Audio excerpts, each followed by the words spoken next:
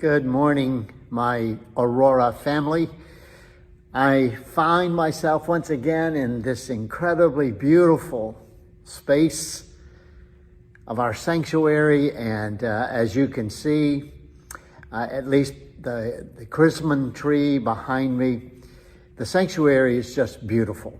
And I want to thank those who invested so much time and effort to just transform our sanctuary into such a beautiful, beautiful space that enhances the celebration of Advent. Speaking of Advent, this coming Lord's Day at 9:30, we will gather in person. And if you can't join us in person, please join us via live stream.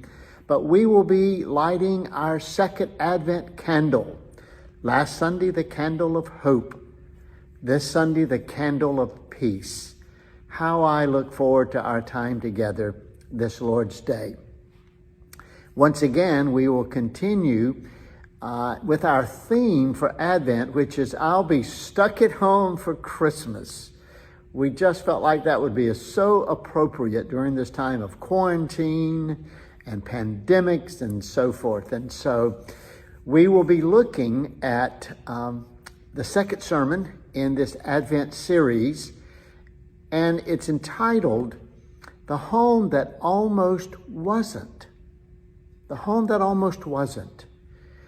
And I just love the insight that a wonderful New Testament scholar by the name of Stanley Auerbach gives.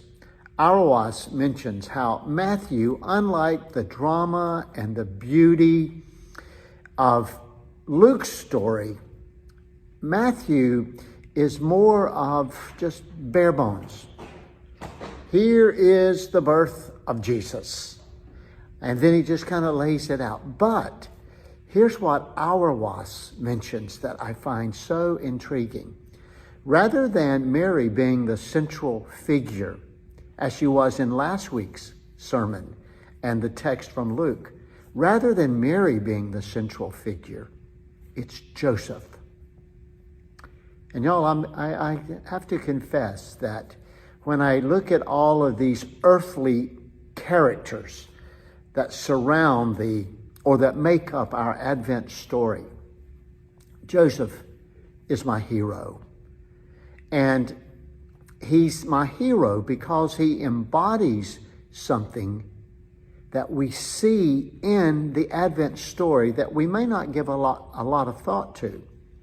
Karl Barth made the observation that in the Christmas story, there's so much mystery, and nothing more mysterious than the virgin birth.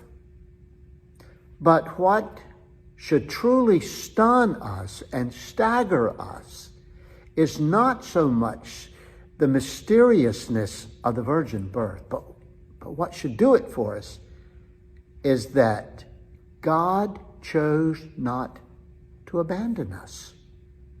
He wrapped himself in a ball of flesh and was born of a virgin and lived among us. But he chose, first and foremost, he chose not to abandon us. And I see that in the life of Joseph. Joseph chose not to abandon Mary. Even though the law may have said he certainly had every right, but he didn't. And we want to talk about that this coming Lord's Day. And my prayer is that as we go throughout the remainder of this day, that we will allow that thought to center somewhere in our heart that, you know what? I'm not abandoned. God has not forsaken me. God has not forgotten me. And I'm going to rest in that today. Looking forward to worshiping with you this Lord's Day. It's an honor to be your pastor. God bless you.